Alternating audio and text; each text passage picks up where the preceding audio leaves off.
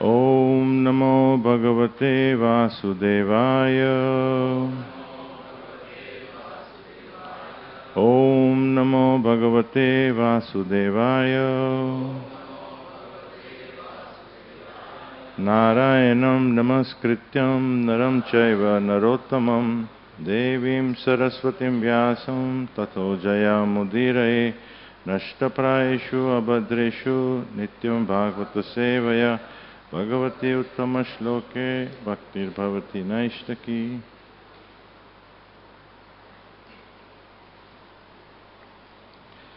So we are reading from Srimad Bhagavatam Canto 10, Chapter 13, chapter entitled Brahma Stealing the Boys and Calves. Text 41. Yavanto Gokule Bala Savatsa Sarva Evahi Maya Shaye Shayana Me Nadyapi Punarutipta Yavanto Gokule Bala Savatsa Sarva Evahi Maya Shaye Shayana Me Nadyapi Punaruttita Yavanto Gokule Bala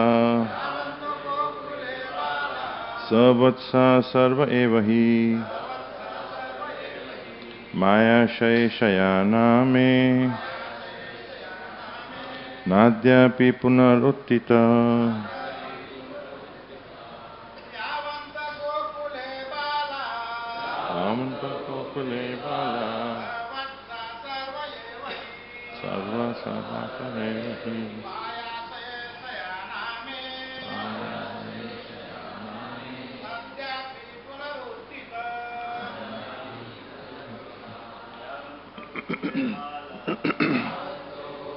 Bala Sarva Evahi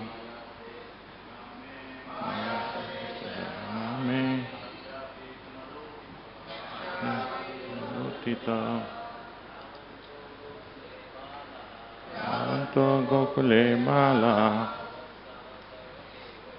Sarvata Sarva Evahi Maya Shaye Shayana Me Madhyapi Punaruttitaha. Matajis. Yavanto Gokule Bala Sarva Evahi Shaye Shayana Me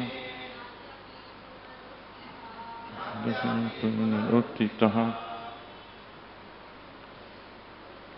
Yavanto, whatsoever, as many as. Gokule, in Gokul. Bala, boys. Savatsa, along with their calves. Sarve, all. Eva, indeed. He, because. Maya Ashaye, on the bed of Maya. Shayana, are sleeping. Me, my. Na, not. Adya, today. Api, even. Puna, again. Uttita, have risen. Translation. Lord Brahma thought, whatever boys and calves there were in Gokul, I have kept them sleeping on the bed of my mystic potency, and to this very day they have not yet risen again. Purport by His Divine Grace A.C. Bhaktivedanta Swami Prabhupada. For 1 year, Lord Brahma kept the calves and boys lying down in a cave by his mystic power. Therefore, when Brahma saw Lord Krishna still playing with all the cows and calves, he began trying to reason about what was happening. What is this, he thought. Maybe I took those calves and cowherd boys away, but now they have been taken from that cave. Is this what has happened? Has Krishna brought them back here? Then, however, Lord Brahma saw that the calves and boys he had taken were still in the same mystic Maya into which he had put them. Thus he concluded that the calves and cowherd boys now playing with Krishna were different from the ones in the cave. He could understand that although the original calves and boys were still in the cave where he had put them, Krishna had expanded himself, and so the present demonstration of calves and boys consisted of expansions of Krishna. They had the same features, the same mentality and the same intentions, but they were all Krishna.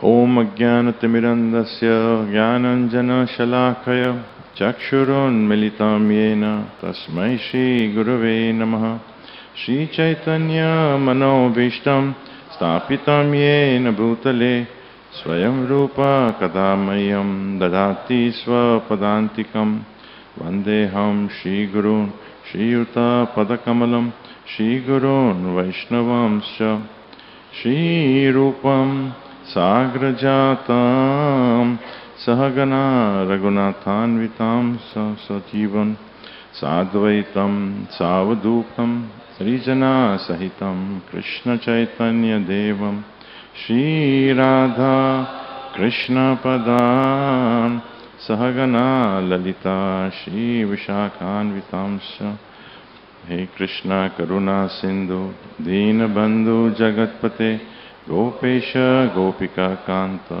Radha Kanta Namostute Tapta Kanchana Gaurangi Radhe Vrindavaneshwari Vrishabhanu Sute Devi Pranamami Hari Priye Vanchakalpatarubhyascha Kripa Sindhuva Evacha Patitanam Pavanebhyo Vaishnavebhyo Namo Namaha Shri Krishna Chaitanya Prabhu Nityananda Shri Advaita Gadadhar Shivasadi Gaura Bhakta Vrinda Hare Krishna Krishna Krishna Hare Hare Hare Rama Rama Rama Hare Hare.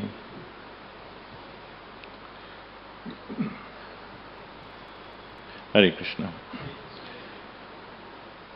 So now we are coming in this chapter of Lord Brahma's understanding of how he has been bewildered by Lord Krishna. These are now the next few verses revealing his true glories. We have heard over the last month or so about how he seemingly for our benefit, he fell into a trap of where he considered himself to be larger than anybody in the world, and so far till just a few verses ago he was completely confident that he had bewildered the Lord, that he in fact was the highest Lord. So only beginning from now, when he is actually seeing the first glimmer of knowledge, of understanding that what is the reality, and then of course we'll see subsequently this true greatness of how he accepts this a person who is the highest personality in this entire material world, who lives for 311 trillion years and 40 billion, 311 trillion 40 billion years by our birth calculations. It's quite natural for someone to feel that kind of greatness, but having fallen from the pinnacle, his acceptance is very revealing to us also. that is in the subsequent period. Here, we are seeing the whole, the issue of bewilderment of how the Lord is, by His compassion and His kindness, bewilders everyone. It is not just that the demons are bewildered. As we see, Lord Brahma is, and sometimes Lord Indra, and then there are others also who have, even devotees get bewildered. And the Lord, whatever He does, it is always for the goodness of for the benefit of the devotees. So actually this process, this world, this material world is a continuous process of destruction. Anyone who is born, anybody who takes, anybody who comes into existence, anything that comes into existence in fact, has to eventually be annihilated. This is a fundamental principle which is simple to understand when we observe on a mental level, but difficult to accept. But actually it is the reality, and that is the one thing which keeps us from taking the understanding of Krishna's proprietorship. So this annihilation process is it's a subtle one. Like we are told that for a person who is born, when a child is born, if you take the astrological charts, many people do that. The astrologer will also say so many years, will live to 91, 92 or whatever, 85. They'll give a finite years, whatever actually comes true, but everyone knows that anyone who is born is going to die. And Krishna himself says in Bhagavad Gita that for one who is born, death is certain. So there is absolutely no doubts on that. But in our mind, we still find it difficult to accept that. And we feel, in our perception is so small, that in that we see that is the highest perception. So for instance, somebody is living 90 years or 100 years, we feel that he's lived a full life, and he's, absolutely he's done, whether that person, even at 90, it's rare to find somebody who's ready to leave, because it's very difficult in fact. But that is our perception. And in fact, everyone is trying to prolong their lives as much as they can, and that is how medical science also is what they call development of medical science. Effectively means that they're just trying to add a few more years, irrespective of the quality of life, so that they can make a point, and it is of course commercially very lucrative. There is I had heard from His Holiness Radhanath Swami Maharaj once. There was this very famous US entertainer. Actually, this was in the 90s, and he was, at that time he was 93, and he was a comedian, and he was on national television right through, and from childhood, from 8 years old till that time of 93, he was actually what they call, he was giving live performances, he was writing books, and he telling jokes, and he was legendary. He was one of the most popular persons in the country. And he had that time, and amazingly his mind was so brilliant that even at 93 he was very sharp. And he had declared at that time that on my 100th year I am going to give a performance at the Carnegie Hall, Carnegie Hall, which is a famous hall in the US. So it was really big news, and he was 93. So 7 years before, and he had actually booked it, and tickets were sold, and it was already sold out. It's another thing that he didn't live till that time, but that is the kind of mentality that people have, that they have the complete confidence that, of course, at 93, if somebody retains his very sharpness, and which is rare, so then you start thinking that I am unique, I am different than others, and if someone else has not done it, I will be able to do it. And he was keen to tell jokes at the age of 100, so he had given a date and said, he had booked the hall, tickets were sold out and everybody. But actually we can see that Lord Brahma is living trillions of years, and his life is very ordinary compared to Lord Vishnu, who is eternal. So everything is we can see that everything is very temporary and very relative. For instance, we see these insects, some of these insects which actually are born just around the time at sunset, and by the sunrise they have disappeared, they're dead. But from the insect's point of view, in that our 12-hour cycle, that insect goes through its entire birth, infancy, childhood, youth, matrimonial stage, offspring, old age, and then departs. So, and the insect thinks that we lived a full life.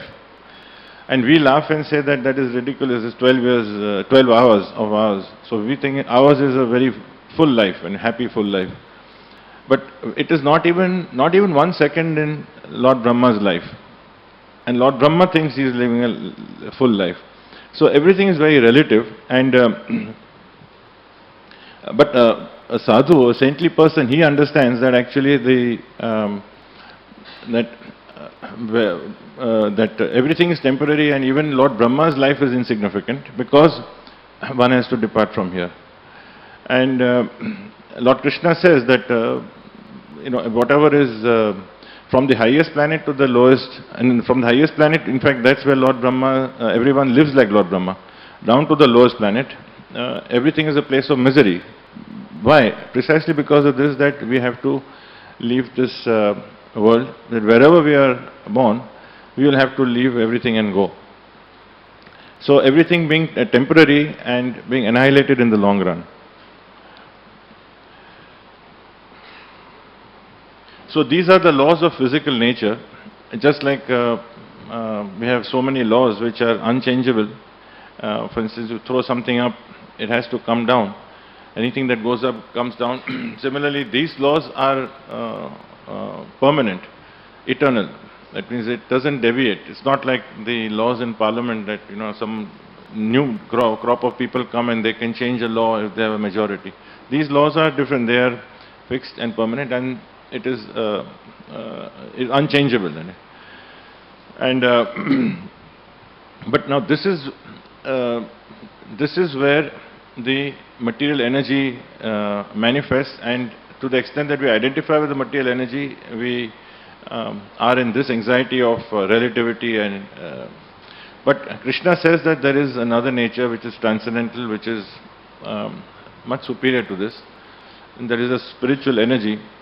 And actually that energy, the wise person knows that there is no two energies actually. There is only one energy. There is one energy which is because why one? Because there is only one source coming from Krishna.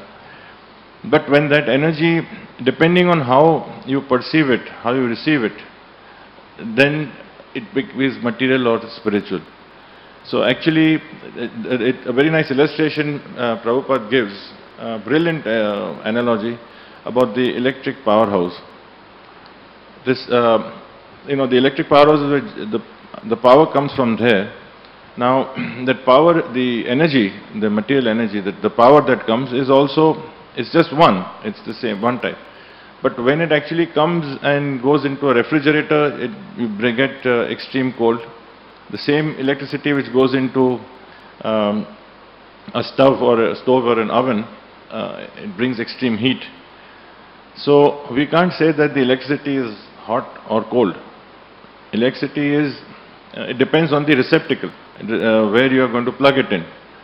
So similarly here, the consciousness of the receptacle, of the person, of the living entity, determines whether that energy is material or spiritual. So this energy is one, but as we perceive it and as we receive it, we interpret it, if it is material, if our consciousness is material, then we will perceive it and we will realize it as happiness and distress, pain and pleasure, all the dualities, hot and cold, etc.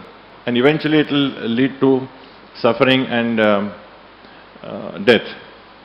But if it is spiritual, then that will be transcending all other, and we'll be seeing everything as one, because we will actually see the source as Krishna, and because it's coming from Krishna, we will make no distinction. So that is, of course, the stage of the Paramhamsas and the stage that we eventually want to reach, because on that stage only you can have complete peace. So actually we can see that we identify with, we say that there's an inferior energy, there's a superior energy, or that we make a distinction. It's because we still see things in dualities, and therefore there's something wrong with our vision. It means our vision is imperfect. The truth is, as Krishna says, the absolute truth is in the Sri Ishvara Upanishad, that Om Purnamada Purnamidam, the absolute truth is perfect and complete. So everything coming out of Krishna has to be absolute, and everything that is emanating from the absolute truth will also be perfect and complete. So the vision is the faulty one. So if you have a faulty vision, we'll see that I'm okay, but the other person or the other thing is not okay. Just like there was one couple which, and the husband was always complaining, whenever he looked out of the window, and he had just moved into the house, and when he looked out and he saw that the neighbor's house, the windows were very dirty, the shade was always unclean, everything looked very dirty. He kept complaining about it. So it went on for 10-15 days, and then one day he came and his wife didn't like it, but she just had to bear it. And one day he came down and said, wow, it's, they really improved. The house is absolutely clean. Everything is perfect. And she said, I just cleaned your spectacles. So it's like this, that, if we are looking from a rose-tinted glass, then everything looks, rose color.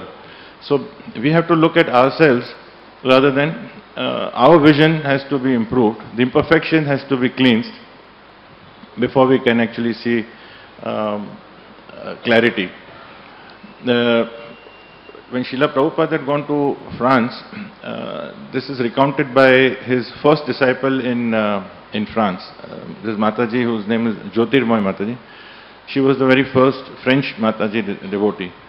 And she said, as was the custom, wherever Prabhupada went, they would try to get so many programs and getting all the key people to meet. And so there was one very famous psychiatrist in France, and he was also very religious. So she was very keen that if he meets Prabhupada, that would be nice, especially because it's, he was also very religious, so it would be beneficial for him, and perhaps he'll appreciate more. So she went to him and called him, and somehow she convinced him to come. So he came. Now Prabhupada was upstairs in the house where in Paris, which they had kept for him. But somehow this psychiatrist came, and then he just left afterwards.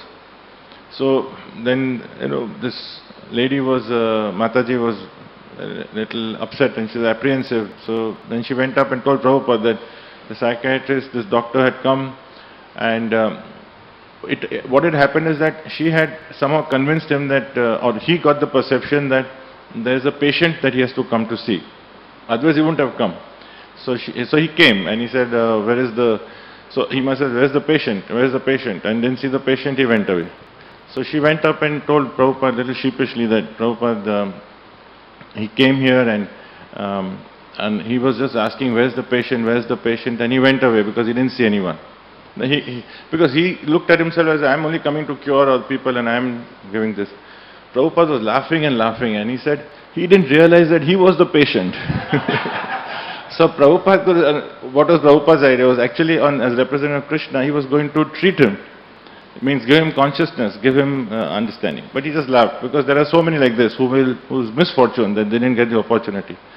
So it is really the vision. Now the doctor would think that he's perfect and complete, he's got the knowledge, he understands the psychology, he understands logic, analysis, he knows exactly where the person is coming from, and he moves that way. But he misses the whole point. And in fact, the more they're steeped in this education, in fact it becomes worse. As we know that the attributes that are given by the Lord, if we misuse it, then actually it is much worse than if we didn't have the attributes. So,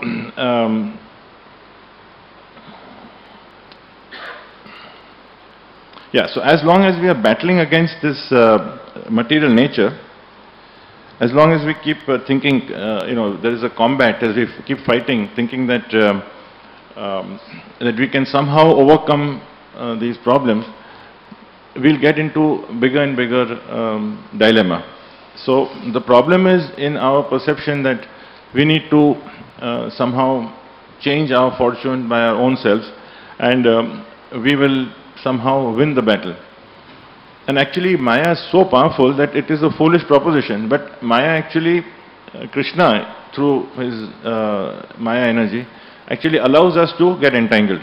He fulfills our desire, and if we may temporarily think that we are winning, and because we are winning we are going to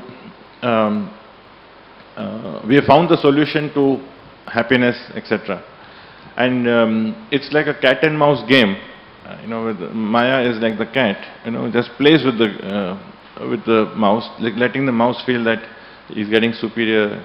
And this example, this cat and mouse words are exactly as it's spoken in the episode of Prahlad Maharaj and Lord Nrsimhadev. So Prabhupada mentions that Lord Nrsimhadev, when he comes and he's playing against, before he kills Hiranyakashipu. So Hiranyakashipu came from the same mentality as anyone from that, the most powerful person in this planet. He had got some benedictions from Lord Brahma. So he really felt, and everybody was scared of him. Imagine if not just in this world but in all the three worlds. So he felt that there is nobody who can stop him. And then when Nrsimhadev appears, Lord Nrsimhadev understood that, obviously knew that he is out to destroy, he wants to destroy me. So let him feel like that a little bit. So he plays with him and he allows him a little bit. He catches him in the grip, Nrsimhadev catches him and then releases him. So that release makes him feel that I am, he can't even hold me back. That Hiranyakashipu thinks that he can't even hold me back. And then it actually increases his misunderstanding or misfortune, that now, I can defeat him, I can do it. But at that particular moment, at the right time, the Lord just very effortlessly tears him apart, and that's the end of him.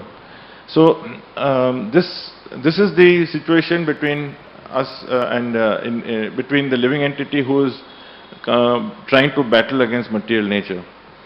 Same way, Hiranyakashipu's brother Hiranyaksha and Lord Varadev, virtually identical situation, because Lord Hiranyakashipu again, Hiranyaksha was also in his time the most powerful person, and Lord Varadev plays with him and lets him again feel. And in fact, in this, the whole chapter of Bhagavatam is devoted only to this fight. It's a very prolonged description. So Lord Varadev really gives him the long rope and lets him actually get more and more, feeling that he is actually winning.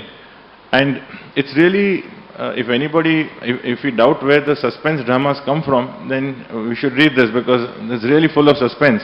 All the audience, that is all the demigods and others who are actually watching, their also hearts were in their mouth, because at one stage when Lord Varadev drops his mace, his gada, and they all get they're terrified that he's going to be defeated. And even Hiranyaksha also feels that Lord Varadev is going to be defeated. In fact, he tells him to try to pick up the mace, because he thinks that on a battle we are against equals. So as a Kshatriya, I should allow him to. And so this is the way Lord Varadev continues. But then at the end, he just one touch, and then it's explained that like a hurricane uproots a tree, Hiranyaksha was thrown out with just a light touch behind the ear. So it's a matter of, and the motivation of the Lord is clear. He owns everything. He has no other motive. He does for our ultimate good, even if we don't understand. For Hiranyakashipu, Hiranyaksha, whether Lord Brahma or Lord Indra, everyone, his motive is the same. For all of us is the same. So it is not out of pettiness or vindictiveness or trying to prove a point. He comes here on his own volition, and he is here, and he does everything possible to try to bring us back to him. But if we don't understand that this material world is a constant process of destruction, we will continue to try to make various arrangements. And just like at times Maya lets us feel that we are winning, in the same way, just like Maya let Hiranyakashipu, Hiranyaksha and others feel at some time that they could actually conquer everything, we may also get that feeling that maybe, for instance, you get a lottery ticket, you get a very good job, or you get a good inheritance. So you say, I'm rich, and or you've been born in a wealthy family, or you're born with good looks, you got a good family. So we feel that instead of thinking of a great fortune and understanding that what is the purpose and what I should do, it is very easy for us to get trapped into this thinking that we are actually instrumental for our own success. We are the ones who have created our material happiness, and that is where we are, we don't need to be told by anyone. So this is where the consciousness issue comes, that where the right consciousness is most important. And so the real sadhus, actually, when they are watching and they see this attitude, they feel it is a completely crazy idea that when you are going to lose a battle, there is no, we have said earlier that the person who's born is going to die. Everybody dies, even if they achieve some kind of power in this world. But nevertheless, if in spite of knowing this, if we continuously battle thinking that, for instance, if we got an illness and we make every effort, the effort is fine, but the expectation that we have to win the battle, and if we succumb to the battle, we have lost something, or if we have, we have been told that you're cured of cancer, at least for the timing, at least they said that all the cells are dead, and for us to feel that we have won a battle, that attitude is really feeding into this misconception and making it worse and worse. So while we make every effort, but we are always acutely aware, or we should be acutely aware of what the Lord wants. So if we get success in whatever we are doing, as we understand, as we take the guidance from others, or if we don't get success, we have to take this as the Lord's will, after putting in all our effort, the due effort that is needed. And actually we can see from our own, I see from my own personal experiences, and I think everybody has this, that there are so many times that we have got something which we didn't even work for. It just comes out of the blue, both good and bad. That we've never, it is unexpectedly something, some very prosperous thing happens, or something very nice thing happens. For instance, let's say the association of devotees. We have come to the temple and we've got, now we may tend to forget how we came. I mean, we have gone, this everybody knows, everybody realizes that ultimately it wasn't a deep desire, it just, there were circumstances created and somebody was instrumental. So starting from that to whether there are some material gains or there may be challenges and difficulties, we have to see that actually we are not in control of these events, and that the Lord is behind these, and He's always been in every situation. So if you are constantly of that consciousness, trying to see what He wants from us, and how our behavior should be, how we observe other sadhus, other devotees around us, how they react to such events, inevitably we get inspiration.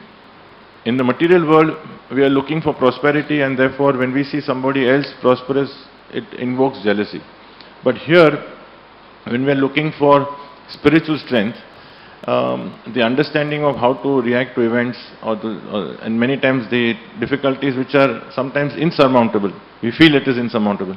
But then we just have to look around, and though devotees are generally very humble, so it's not that we often know about the backgrounds of various devotees. But inevitably when you come across when we get to know devotees, and it is my experience that it is amazing. Then we suddenly feel so small, thinking that we have no problem, and we have been thinking we have such a big problem. How is this person managing? How this person is just continuing to chant Krishna conscious, 16 rounds and stay in Krishna consciousness is beyond me. This happens so many times. So there are so many obstacles. So this is the difference between the thinking in the line of association of devotees, and if we are only full with anxieties for our material prosperity. So basically we have to try to see everything coming from is Krishna's energy. The absence of that makes us feel we are doing it. I remembered one example given by a devotee many years ago. This is very illustrative of how we can get fooled into thinking that we are doing it. Very simple example. He had said that there is a weightlifter, and we have seen how weightlifters are built, and they may carry perhaps 150 kilograms or 200 kilograms or more, 250 kilogram weights, and they have this huge, let's say 250 kilogram, the weights are in front. Now it's put on the ground, and then they come there, and then they, whatever they've been practicing, and then they gradually lift it, and then they put it on the chin, and then they raise it in the air. Now imagine his 2-year-old son comes in front of this weight, 200 kilogram weight, and his 2-year-old son comes, and he puts his hand. Obviously he's not going to lift it. But if he comes and puts his hand, and without his knowing, his father's also put his hand, and his father lifts it, and that child thinks that I'm lifting it, because he thinks I'm lifting it. And that's many times the children do. The father will play with the child in such a way the child actually thinks I'm doing it. So we are in that position. We think we are doing everything, but somebody is doing it, and somebody is, and that's all we need to see. Who's the weightlifter behind us? So if that person is, if that understanding comes in every situation, and we try to see the purpose behind it, and use it to improve our behavior, reduce our weaknesses, then we can actually see that then we can actually feel the gratitude towards for the Lord. So basically, this whole chapter of the Lord and Brahma's episode, Lord Brahma's episode, and the Lord Krishna's kind of humiliating Lord Brahma eventually, is a classic demonstration of Lord Krishna's role as a supreme manipulator. Now but he's not a manipulator like us. We are also manipulating. Everybody manipulates. But his manipulation, because everything belongs to him. He is the proprietor, creator, so he has nothing to gain or lose. But he manipulates for our benefit, and we manipulate for increasing our own material needs.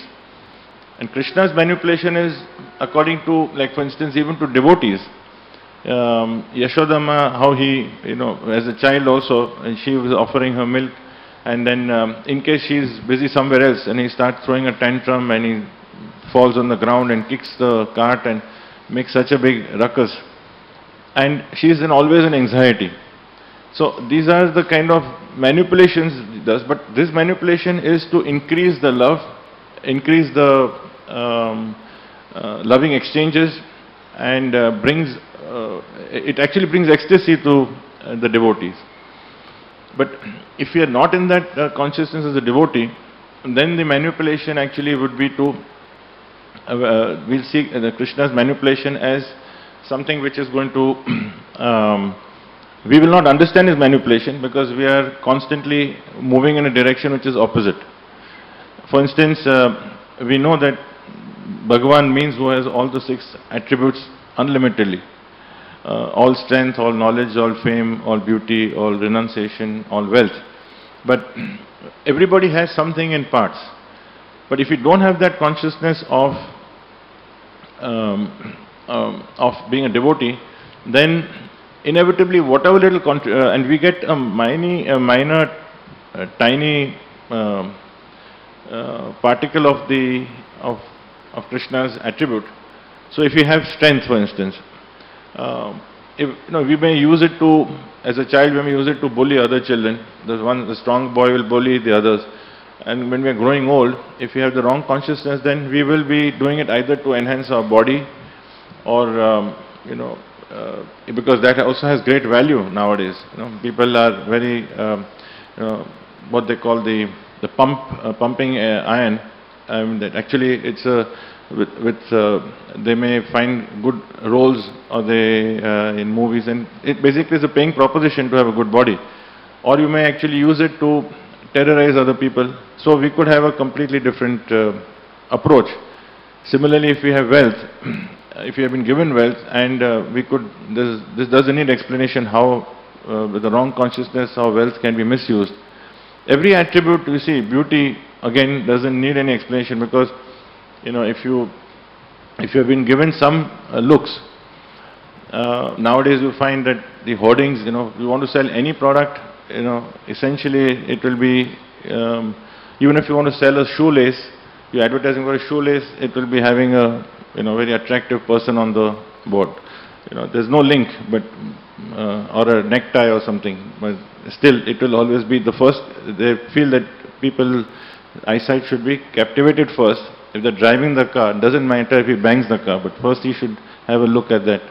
Or if you have even renunciation, we may be proud of the fact that we are chanting 16 rounds, we spend 2 hours, and somebody asks us, I say, yeah, and they get very impressed. Many people do get impressed.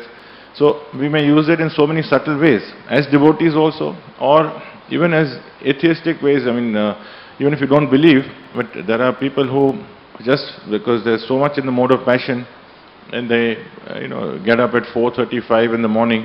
I mentioned this many times before that practically every chief executive of the top 500 companies in America, nobody reaches the office beyond 7:30. Everybody's in the office by 7:30 in the morning. They all get up by 5, and then they have their coffee, they read the newspaper. Many of them go for a jog. They're full of life. They sleep for 4-5 hours. They sleep, they work 14-16 hours a day, 7 days a week. So austerity can be used in any way. Similarly, knowledge today, actually there's a premium on that, and institutions come up to give so much material knowledge. And people look up in awe and say, IIT, IIM means it's not a coincidence that everything starts with an I, but everything, they feel it's a big, achievement. So, and immediately we are so brainwashed that the first thought is, oh, he is only 10th passed, and the other one is, PhD. Immediately, in our mind, this is a big man. Or a big, and similarly like fame. Somebody is very famous, whether he is a politician, businessman, sportsman.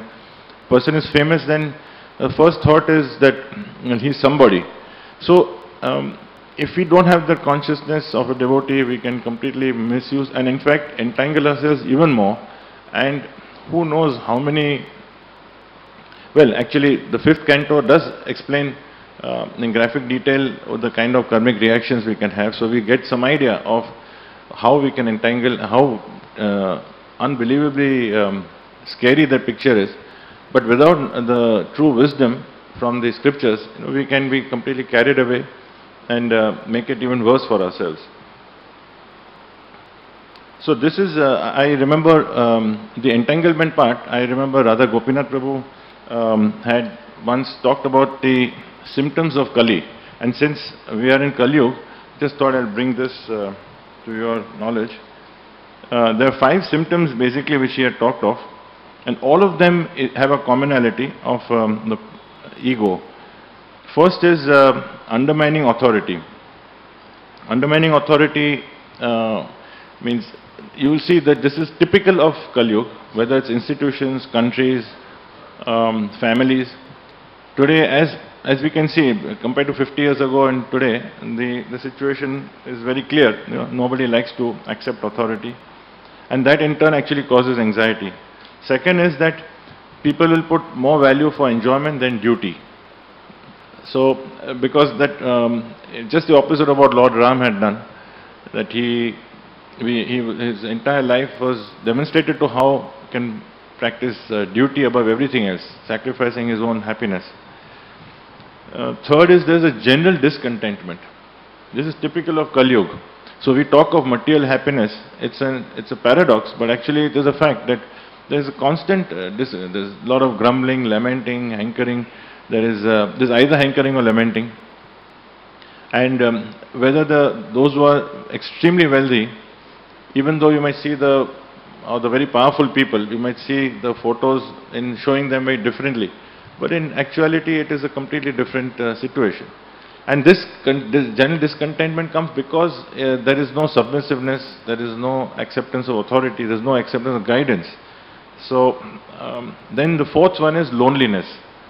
Again, this is virtually spread everywhere. So these symptoms are actually, it is not selective. The symptoms of Kali Yuga means you find it everywhere, except in those pockets where people turn to God. And loneliness, why? Because again, it is such a self-centered society. And self-centeredness comes in all respects. You know, even in our occupation, we are only looking at how we can progress. In our family also, if we may love our family, but if Krishna is not in the center, then eventually there will be conflicts because we would like to, it is affecting me. Or even if we were to love our family, it is an extended more selfishness, even without Krishna. And if it is, of course, for the country, then, you know, there's, people are looking at their role as opposed to somebody else. And then that, again, the common factor is no sacrifice. So that no sacrifice comes because of self-centeredness. And the fifth is increasing your self-esteem. So which actually sums up everything, because they go on and on. You know, everything that we do is basically to enhance our CV. How do we have a better biodata? If in effect, how do we look better, whether bodily or whether you know, whether by our fame? You know, in any respect, we would like to be seen in the best light. So that would also bring in dishonesty, manipulations. So effectively, we are trying to manipulate and thinking we are going to win. And Krishna is the greater manipulator, and he will then create a situation where, if you are a devotee, we will get a hard knock like Lord Brahma and thank him for it. And if we don't, and we keep battling, then it is the height of foolishness that we get more and more, you know, we continue banging, continue getting affected, can continue increasing our karma, and actually make situation much worse. And in fact, throw away all that we have got so rare in this in this special position of a human body that we've had. So the answer is, so what do we do? We mentioned earlier that we need to have the association of devotees. We need to somehow have the determination to, if we have been given that glimpse of the philosophy of Vaishnava philosophy, Sanatana Dharma, we need to increase it more and more. And this is again summed up very nicely in a wonderful analogy, which says that it compares just like in a lantern, you have the wick. The wick is actually what gives us the light, the brightness. So if the wick is controlled properly, then it gives perfect illumination. Everything becomes a light. But the same wick, if it is not controlled, then in fact the whole thing becomes black inside, and it obscures the vision. It completely covers everything from inside and outside. It's completely covered in blackness. So the analogy is that if the mind is like that wick, so our determination, etc., would really come from trying to control our mind. So if the wick is actually in constant touch with the ghee, the fresh ghee, actually the ghee through the wick gives us the illumination. So the fresh ghee is compared to the three critical needs that we have: Harinam, Hari Kirtan and Hari Katha. So if the Harinam, Hari Kirtan and Hari Katha is constantly, if the mind is constantly in touch with that, then the light shines through. It's very bright and everything is clear. Otherwise it can be completely obscured. Not only will be obscured, but also the soul will get obscured, and not only that, but it will also affect all others around us. So we'll end here. Any questions?